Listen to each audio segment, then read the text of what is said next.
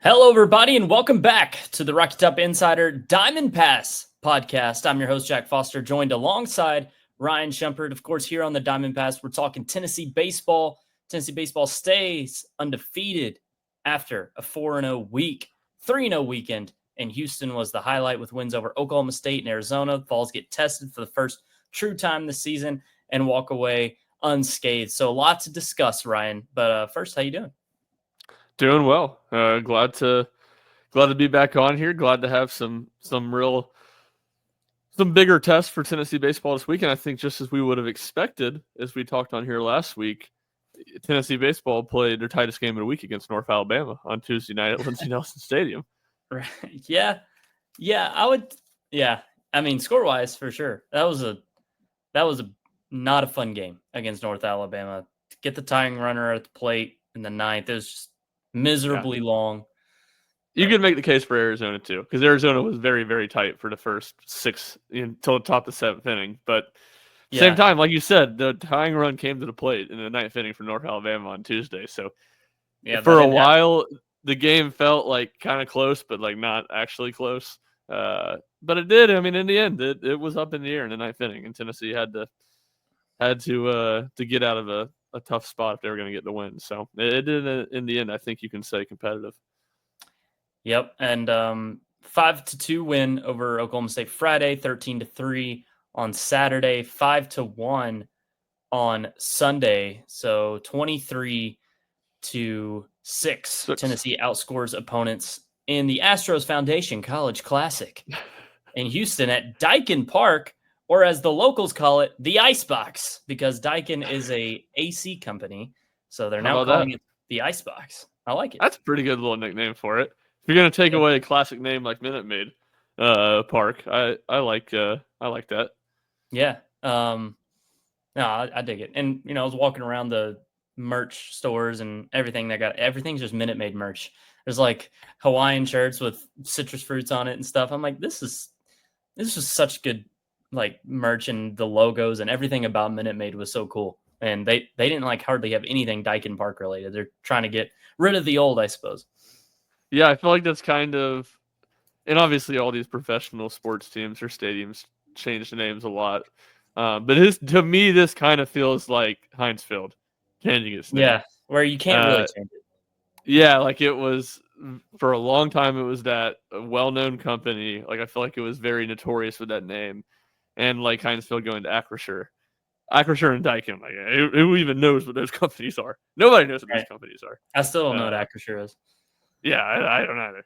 And I didn't know what Dyken was until you just told me. So right, a shame there.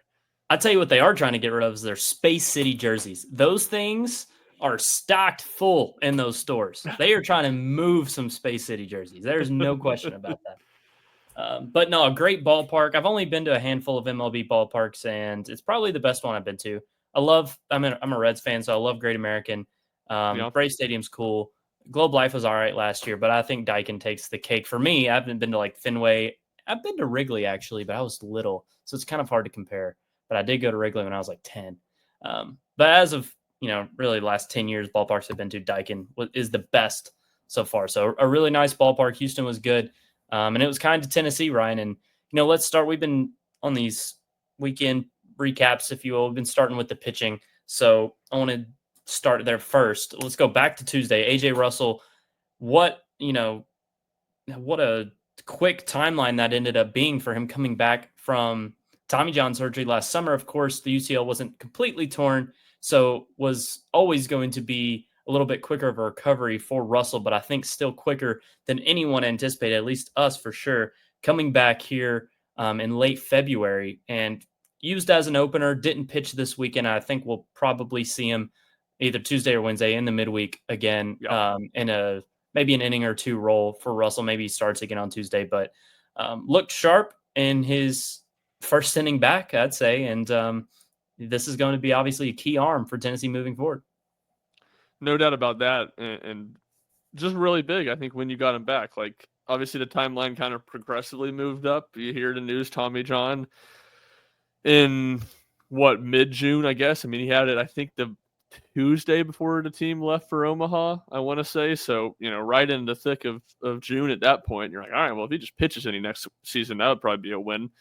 And then you hear, they get in there for surgery, not fully torn UCL, going to be a little earlier. It's like, okay, maybe he's back first half of SEC play, but even if he's back first half of SEC play, he's probably just going to be resigned to a bullpen role because of what he's going through right now. It's going to be a slow process of them building him up. But for him to get back this early, he can have that slow process of being built up into SEC play in the first couple weeks, and then still have 6, 7, 8 weeks, however long it would be, as a potential weekend starter for Tennessee in SEC play. So I think it changes the dynamic so much of what he can do for this team and what his role can look like. And Tennessee, for I guess you'd say the second straight week, but really the whole season, their Sunday role has not been settled, and it was not settled again. There was an opener. I'm sure we'll talk more about what Tegan Kuhns did and his debut this week as a whole later. But that spot's still very up in the air, and we talked about it on the pod last week. And to me, at this point, with A.J. Russell coming back this early, it feels like it's just a matter of time. If everything goes smoothly and keeps on moving in the right direction, it just feels like a matter of time before A.J. Russell kind of snags that job and is back starting games for Tennessee on the weekend.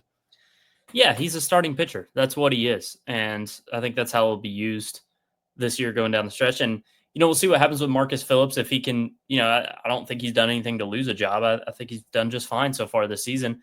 But I think, if there is of Doyle and Phillips, we're going to have more trepidation with Phillips being able to be elite against SEC hitters. So if Phillips takes a dip and Kuhns is still sharp, maybe Russell fills in for Phillips and he goes back to a bullpen role. Regardless, I would say that outside of Liam Doyle, I feel more confident that A.J. Russell is a starting weekend pitcher for Tennessee in the back at least quarter of SEC play, probably back half of SEC play, and in the postseason. Do you agree with that? Yes, completely agree with that. Yeah, I mean, I really think you summed that up well. Marcus Phillips hasn't done anything to think that he can't be it. He just hasn't been stellar, essentially, like we've seen Liam Doyle be, like we saw it. Yeah, like we saw A.J. Russell be in flashes, and this is obviously not. I thought Marcus Phillips pitched really well on Saturday. Only one walk in 4 2/3 inning, had to strikeout numbers. So this isn't to his fault, but he did face the worst team Tennessee played this weekend. So it's kind of a little bit of he's more than anybody.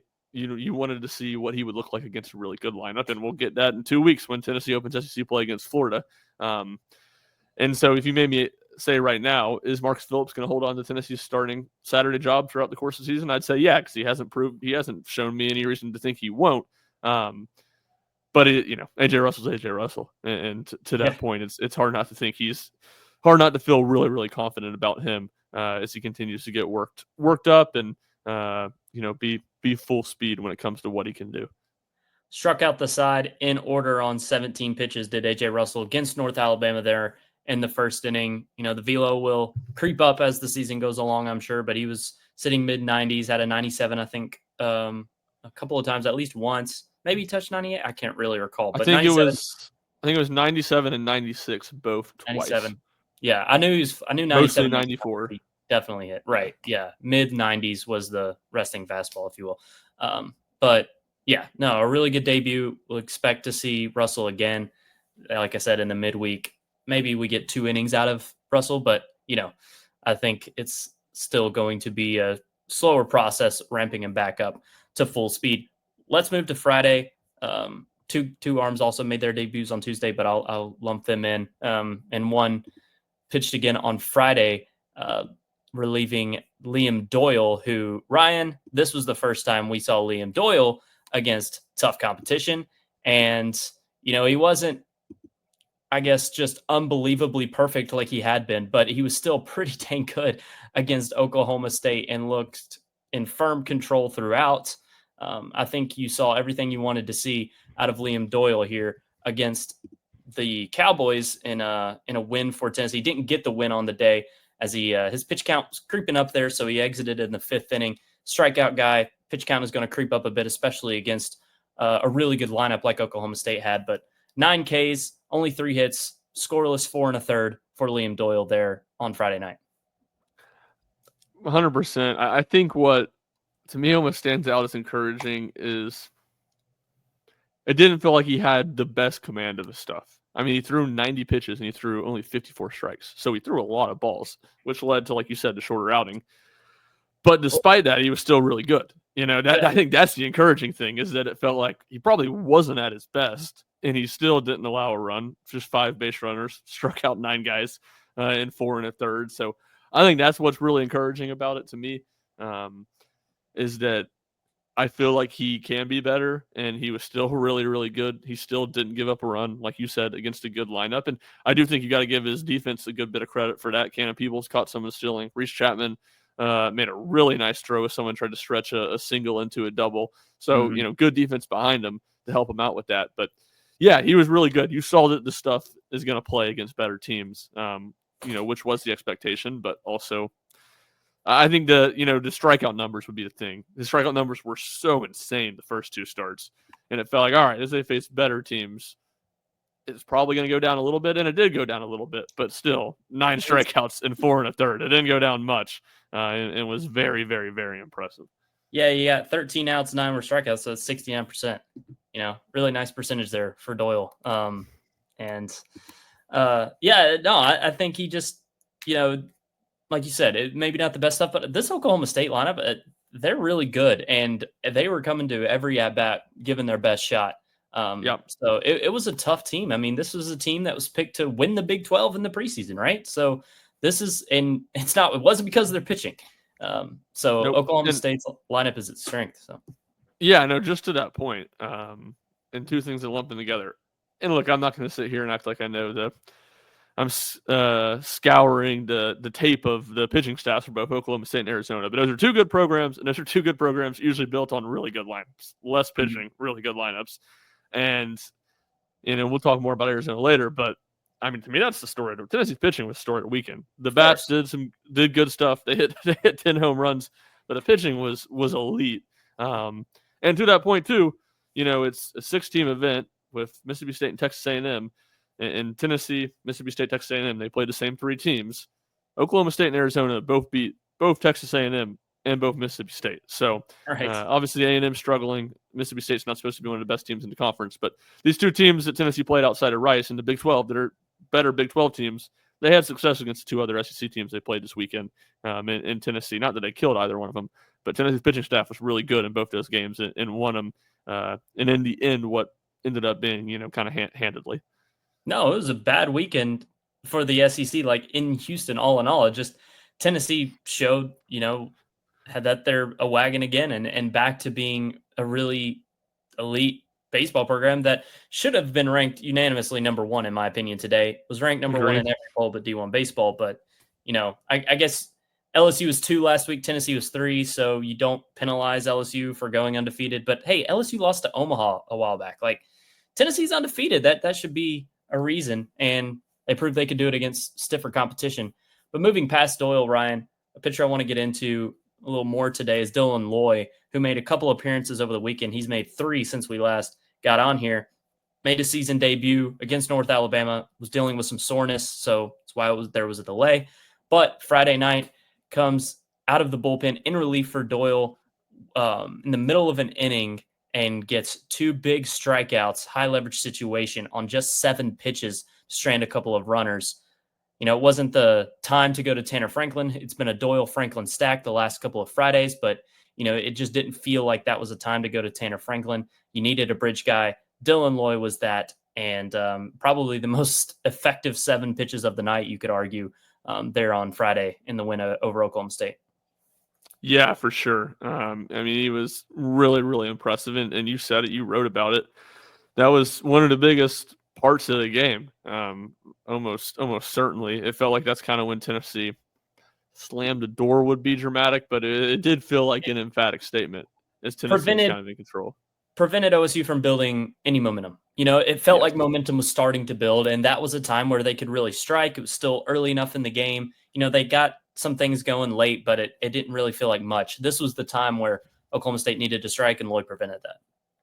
Yeah, he did. And he did, the same thing to Arizona on on Sunday too, and just the sweeper was just nasty. I mean, it gave Oklahoma State fits. I mean, it feels like, and Andrew Binke, when he gets back fully healthy, maybe this changes things a little bit. But and Loy can do more than this. He's not simply a lefty specialist. But man, with that breaking ball looking the way it did, it's hard not to think when Tennessee's in a jam and there's a lefty at the plate, they're not going to want to go to him. And against I think Arizona, was the first batter he faced was a left-hander, and he just put 1-2, 2-2 pitch, just fastball right on the outside edge of the plate. The guy was looking for the off speed and just completely froze him.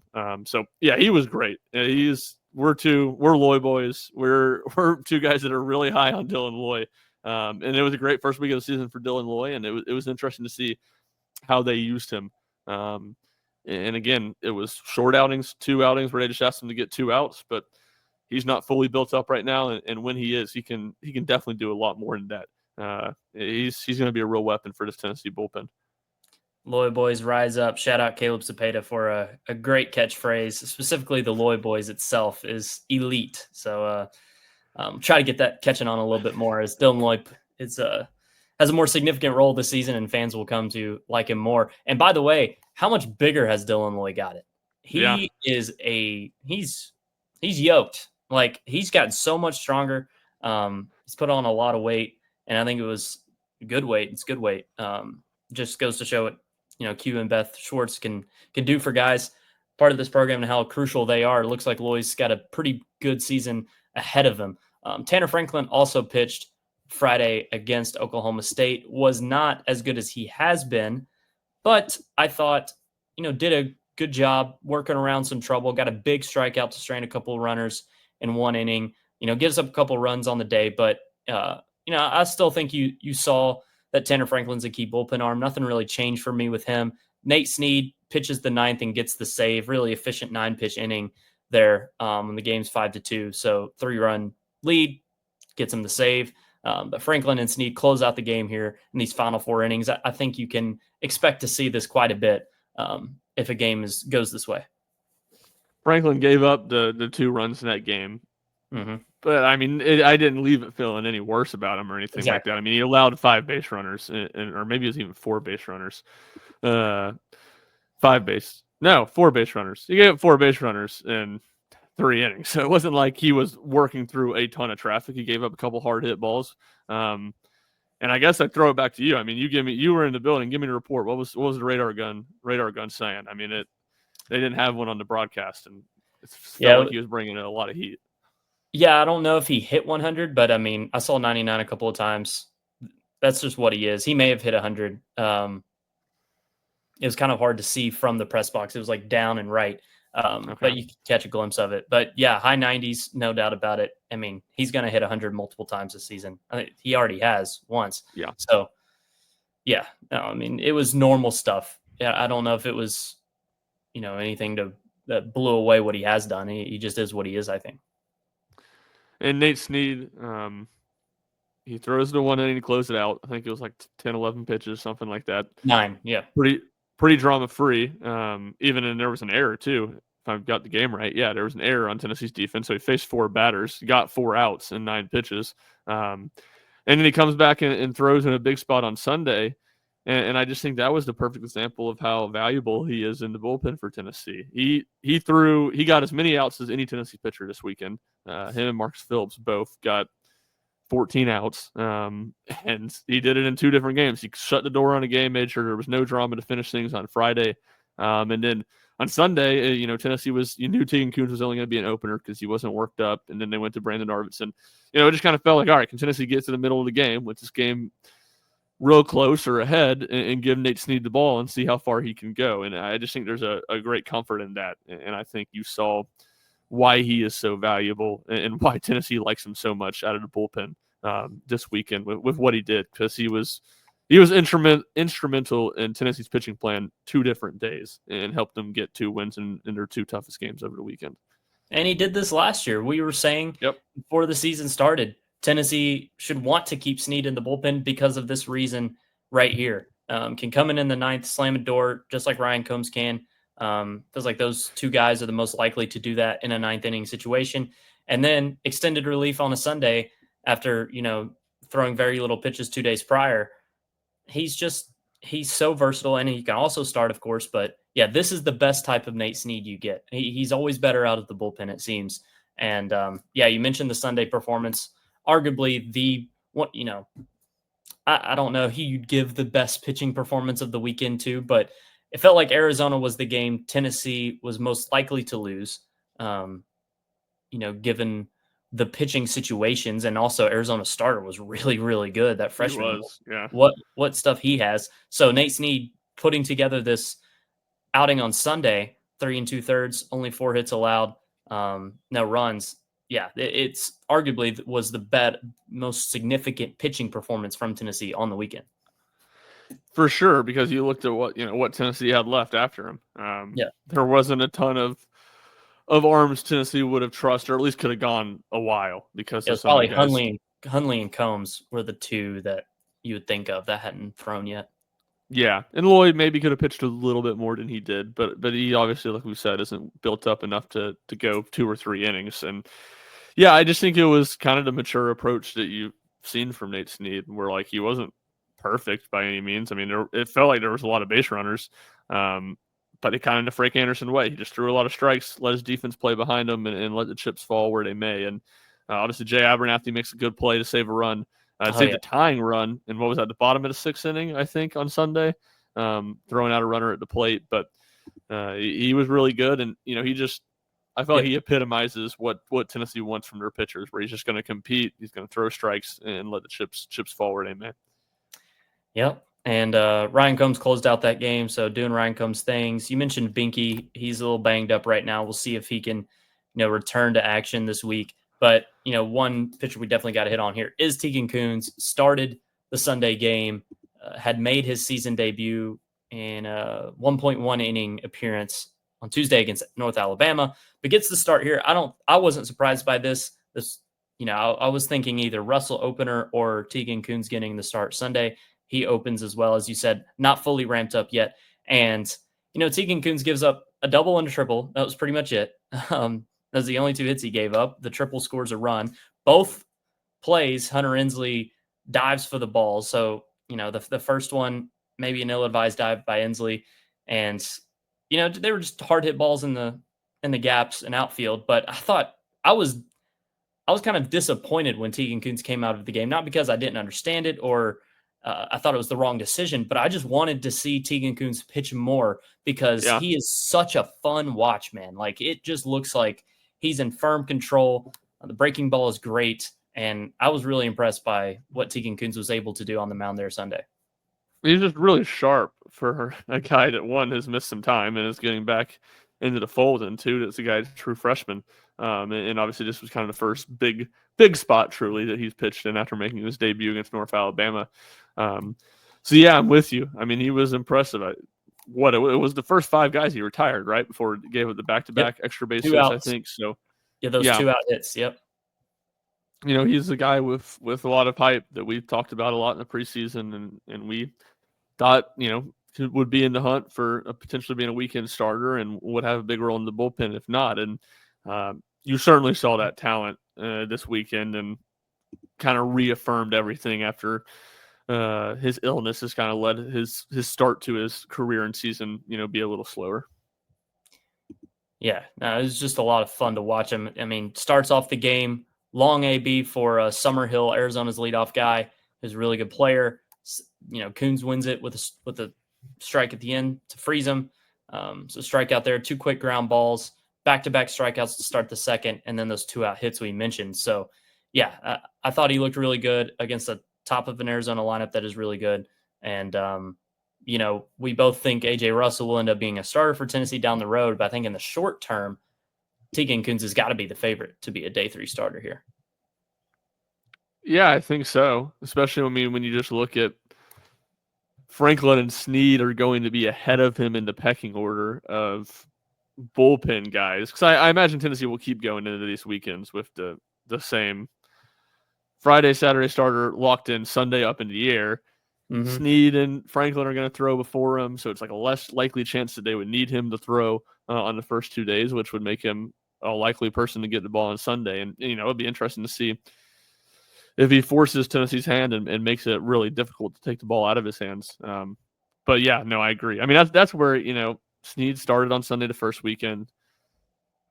And, I think it was in play for it to happen again the second weekend. But then it's like that Sanford game on Saturday was competitive. It's like, well, you're going to go to Nate Snead here in a competitive spot, which makes it, anytime it's up in the air, it makes it unlikely that Snead's going to get there because he's so important to Tennessee. They're going to use him before Sunday. So, yeah, I agree with your assessment of it.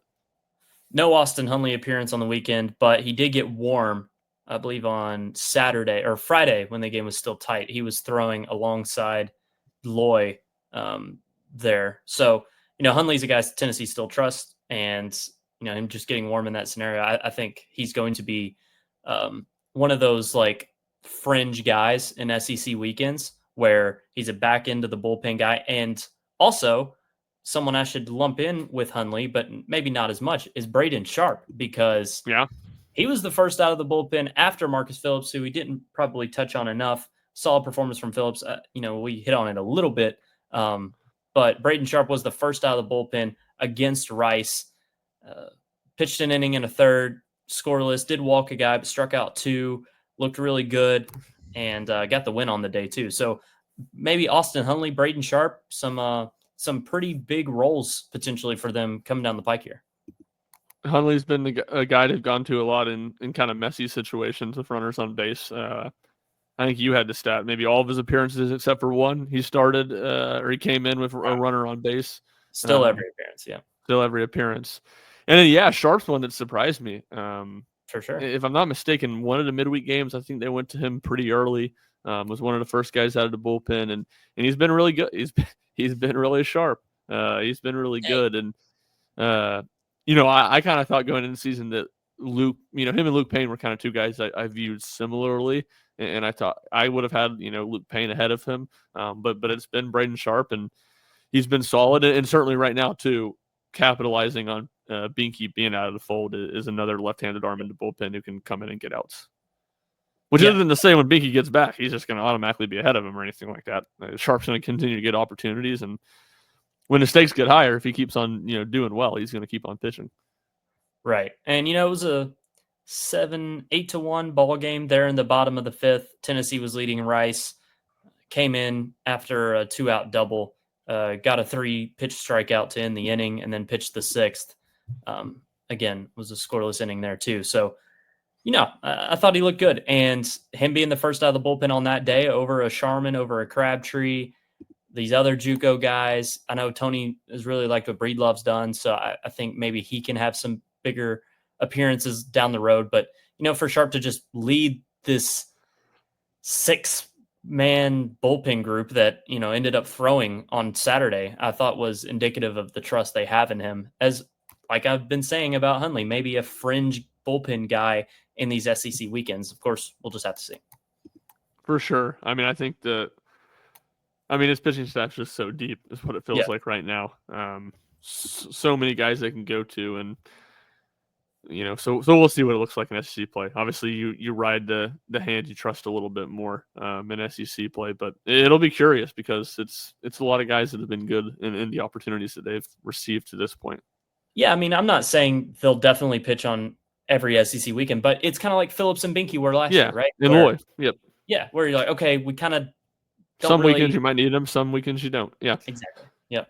And in the postseason, maybe can put together some bigger innings. All right, let's switch gears to Tennessee's offense. Not as many runs this time around as we've had so far this season, but 23 total runs on the weekend. Of course, the Rice game going to be a little bit higher than the others, given Rice's just lack of good pitching. Former Vol J.D. McCracken did come into the game and settled things just a tad bit after starter Blaine Brown just could not find the strike zone. 2A player, though, I think he's going to be a fun player down the road. But so Tennessee was able to get out to an early lead over Rice there in that game, thanks to some Rice's pitching struggles. Levi Clark had a big swing, and that is who I want to start with, which you may be surprised because the SEC player of the week was Gavin Kilen. But to me, the biggest storyline about Tennessee's offense this weekend is that Levi Clark is a lineup staple, and there's no getting around it. For sure. I think that's one of the biggest. I can't remember if we talked about it on the podcast. I know we at least talked about it off air of like, all right, does the tinkering with the lineup continue in Houston, or do they kind of ride the hot hand? I think I wrote about that on Tuesday night, the midweek game, because they went with a lineup I liked a lot in that game, and they had to say outside of Cannon Peebles, Stone, Lawless, 2 games for Cannon, 1 game for Stone behind the plate. It was the same lineup all 3 games, and Lawless, not Lawless, Levi Clark against better pitching kept on hitting the ball really well. I mean, that 1 home run he hit might not have landed yet, and he's just out of the stadium. Yeah, and he's just, again, continues to be really, really good and look nothing like a freshman. Look nothing like a freshman at all. So he, from a position standpoint, where he could play is, very up in the air. But from a bat standpoint, his bat's been so good that he's just forcing himself as the DH every single game at this point.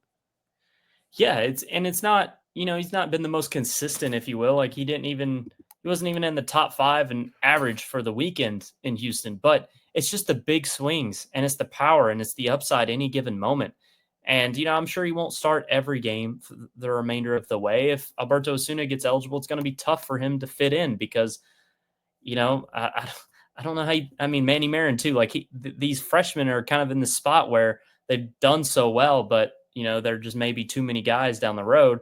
But right now, yeah, it's impossible to take him out of the lineup. The power numbers are insane. 5 homers on the year. He's arguably the strongest dude on the team, and he's just 18 years old. Tennessee, just really fortunate to get this guy on campus. And by the way, he's going to be here 3 years. Yep.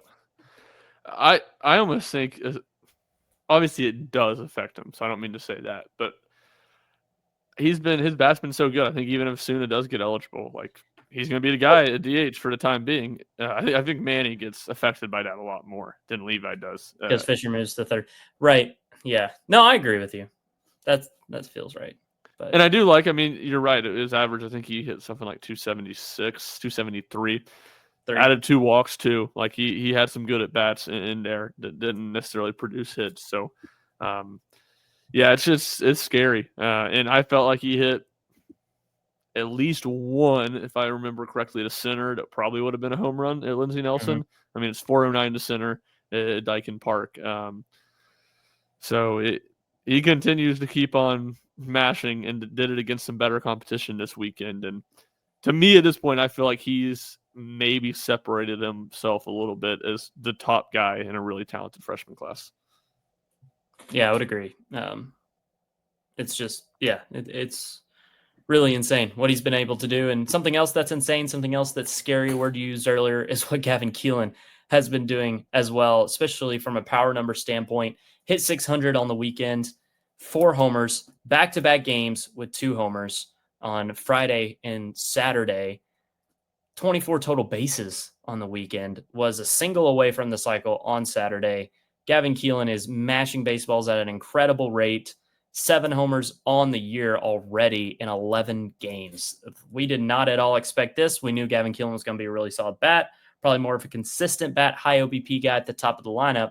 But I don't think we saw Gavin Kilen being, Tennessee's best slugger this year, and that has been the case. No, you would have told me, all right, Tennessee's high major transfer bats at this point in the season. One has 7 home runs, one has 2 home runs. I'd have said, yeah, that makes a lot of sense. Andrew Fischer has 7 home runs, and that would have been really impressive still for Andrew Fischer. But I said, yeah, I can see that. And Gavin Kilen has 2 home runs. That sounds about right. But it's been reversed, and it's Kilen. He's been unbelievable to this point. It's the home runs, it's the doubles and triples. I think he has 3 triples now. He added another double on the weekend. It's the walks. And the home runs and the walks are the things that he didn't do a ton at Louisville. Yeah, he hit for a really high average. He hit a lot of doubles at Louisville. He did not walk much. And he did hit home runs. It wasn't like he didn't hit home runs, but he was not a double-digit home run guy. So for him to have 7 already at this point in the season is pretty crazy. And, I made the remark about Levi Clark, a home run at Lindsey Nelson Stadium. First 3 at-bats for Kilen on Friday. Home run to right field, home run to left field. 3rd at bat, fly out to center that again would have been a homer at Lindsey Nelson. So he's just scorching hot at the plate right now, and he made a handful of really nice defensive plays over the weekend too. And I think at this point in the season, it's hard to say he's not been I think he has been Tennessee's best position player. Probably be the best way to put that. Yeah, and he made some great plays at second too. But a tweet from Mike Wilson, just to bring it up, on Kilen's ranks: 1.886 OPS, that's first in the nation. 1.27 slugging, that's second. 7 homers, he's tied for third. 3 triples, you're right, tied for second. And a 615 on base percentage, that is 10th in the nation. So Gavin Kilen, among the better players in college baseball so far.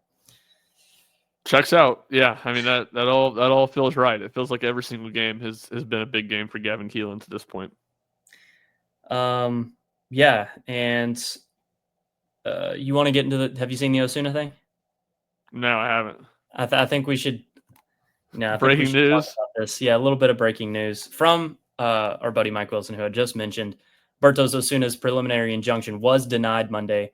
The Vols slugger remains ineligible to play this season, of course, after transferring to Tennessee in hopes of regaining a year from his time in JUCO.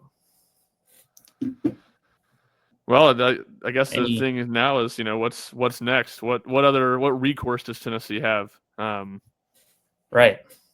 I think definitely surprising in general. I think it probably felt more real when on Friday, I guess that was Friday, that Georgia has a player in the same Goldstein. Is it Dylan Goldstein, I want to say? And he was denied. So I think that kind of made it feel more real. But yeah, I mean, big news for Tennessee for sure. Yeah, I mean, so do you know what their next option would be, like, to try and move along with this, or is this just kind of it? I mean, I think they almost have to wait for the NCAA now and hope that the NCAA gives it. Okay. I don't know. I mean, there's usually, appeals and stuff like that in court, and I imagine that's probably a possibility. Yeah.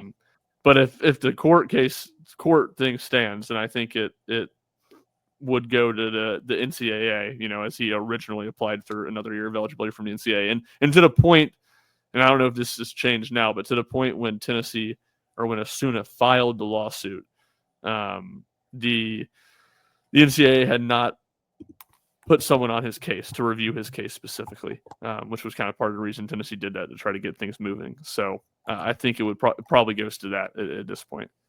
Okay. There you have it. More information will be available at RocketTopInsider.com. I'm going to try and wrap up this podcast a little bit quicker now, as I know Ryan has some work to get to. But just some other offensive notes from the weekend. Reese Chapman stayed pretty consistent at the plate. Manny Marin hit 300 on the weekend, but I thought he was hitting the ball really well, making really good contact, had a ton of loud outs. Andrew Fischer, who hasn't been too hot to start the season at the plate, had a pretty big homer on Sunday against Arizona. Yeah. So I thought that was good for Fischer to get that one kind of out of the way. He had his first homer really early in the season in the Hofstra series. So to get that second one, I thought was good. But Marin just staying really consistent at the plate, showing some power too, had his first homer of the season. Fischer doing that, and Chapman just staying consistent as well. I thought were 3 maybe a little under the radar storylines that shouldn't go unnoticed from the weekend.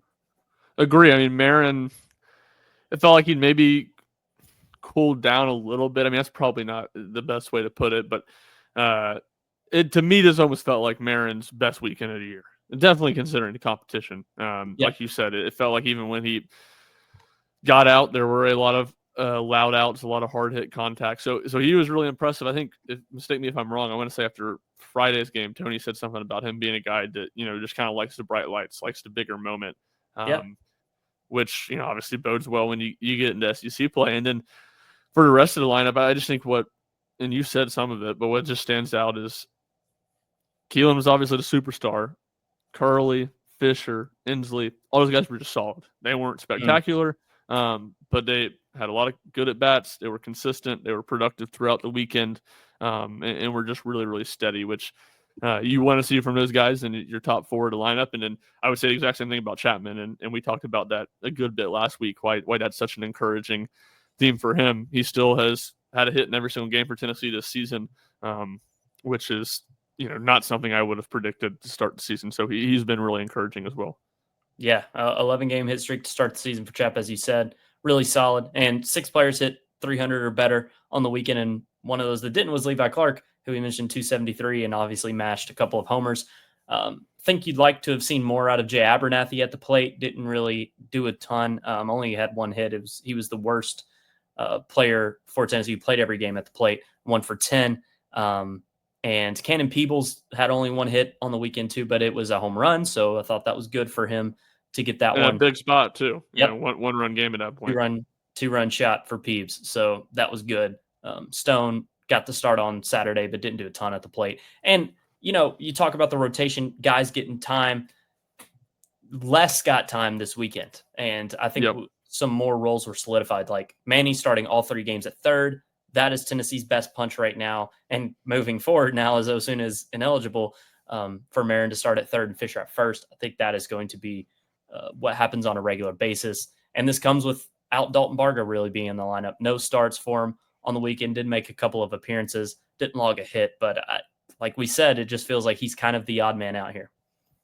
Yeah, it feels like he's the guy that's going to need others to maybe struggle a little bit to get opportunities. I think I want to say he was a late game sub at least on Friday. I'm not sure about the two other days. I wasn't watching into the Rice game, and I don't remember on Sunday.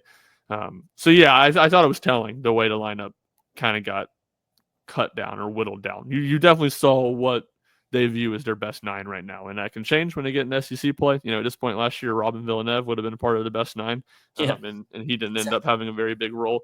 And yes, on Jay Abernathy, I think more than anything, I want to see one of two things. I want to see him be better at bunting or try to bunt less. I feel like he's just wasting a lot of pitches trying to bunt right now, and he's just getting himself into bad counts and making life harder on himself as a freshman. And he did get a couple bunts down. I feel like both of them were not very good. Right back to the pitcher, he got thrown out. And I understand what he's trying to do, especially in the 9-hole, especially with his speed, but would like to see a little more consistency there, or just for him to trust his bat. I mean, he doesn't have the same power as a lot of these Tennessee hitters, but to this point in the year, he's hit well for average, and he's made a lot of hard contact. It's not like he's just in the lineup to play defense and run the bases. I mean, he's got a good bat too, and I don't know if trusting it's the right word, but I would like to see him let it loose a little bit more. Yeah, I agree. I think that's a good way to put it. And Ryan mentioned the throw from left earlier.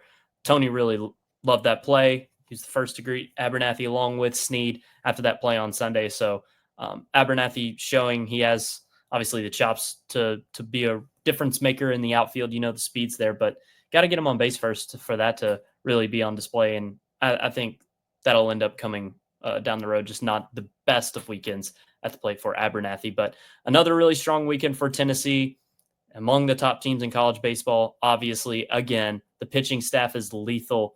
This is going to be a fun team all year long. And I think we learned a little bit here. And now we got a 6-game homestand for Tennessee. I should say it's technically a 10-game homestand coming up. The 6 straight home games before the SEC opening series against Florida. Tennessee has a double midweeker this week against Radford, then Xavier, before a St. Bonaventure series. So probably a couple of easier games coming up next for Tennessee until SEC play rolls around before you know it here next weekend. Yeah, no, it's kind of a tease. We got a fun weekend of baseball this last weekend against some better competition. The North Alabama game, like we said, was even a little bit more competitive. And now we got one more weekend of non-conference play against St. Bonaventure to get through. And like you said, 2 midweek. So I think Xavier has a pretty good team. I want to say they've already upset somebody in a midweek. So, that's potential to be a little bit more competitive game. But getting closer and closer. The calendar says March, and SEC play will be here before we know it. There you go. 6 p.m. Eastern is first pitch time. Not 4:30 p.m. Eastern this time around. Nope. 6 Eastern for the midweekers this week. Radford is first up on Tuesday night in Lindsey Nelson Stadium. We'll have coverage for you over at RockTopInsider.com. Live update threads every game. Super detailed at-bat by at-bat coverage. You can also follow Rock Top Insider at Rock Top Insider on all your social media platforms. If you want to follow Ryan, he's at rshump00. I'm at Jack Foster Media. And until next time here on the Rocky Top Insider Diamond Pass, we'll see you.